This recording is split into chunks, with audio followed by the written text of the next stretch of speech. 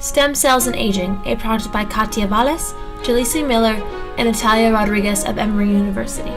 So what is a stem cell? Stem cells are unspecialized cells that reside within your body and hold the capacity to repeatedly divide and replenish themselves. When stem cells divide, they can either replicate themselves to create new stem cells or can become specialized cells of organs and tissues throughout the body. Stem cells function as the body's repairman, replacing damaged or old tissue in an attempt to keep the body working at optimal capacity. Now, where are stem cells found? Stem cells are located in multiple organs and tissues throughout the body, such as the brain, bone marrow, blood vessels, skeletal muscle, skin, heart, and many other areas. The particular region these stem cells occupy within each tissue or organ is called the stem cell niche, and this serves as their home and structural anchor. How are stem cells involved in the aging process? With each day that passes, we as humans are exposed to countless factors of external and internal stress, both of which have tremendous impact on our bodily functions. The most innate form of intrinsic stress is that imposed by the natural process of cellular metabolism.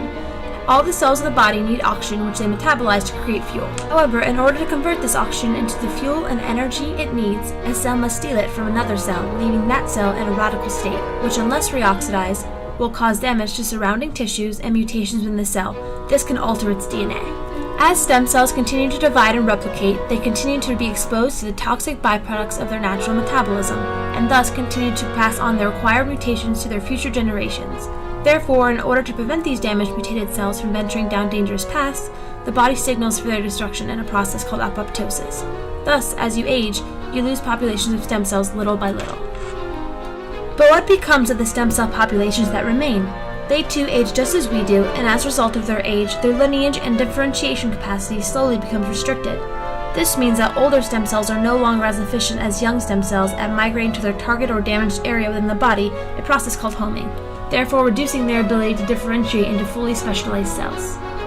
In addition, aged stem cells also tend to skew their generation of blood cell lineages, favoring the production of myeloid cells, reducing the body's supply of lymphoid cells, which make up a crucial part of your immune system, the adaptive response, and ability to make antibodies. Thus, you can see how this clearly affects the aging process. With a handicapped immune system, your body's ability to fight infection and disease is stunted, and therefore so is your longevity. As mentioned before, the stem cell niche is also a major player in the aging process.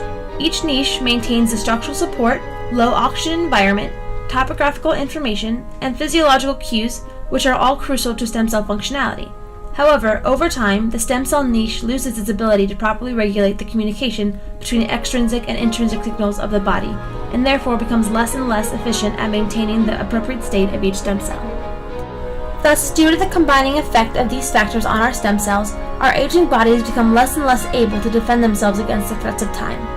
With weakened and declining stem cell populations, our bodies are less able to rely on the functionality of its stem cells to repair bone once it breaks, replace older damaged cells of a particular organ that is slowly losing function, produce the antibodies needed to fight an infection, or regulate the proliferation of cells with mutated DNA that could lead to cancer.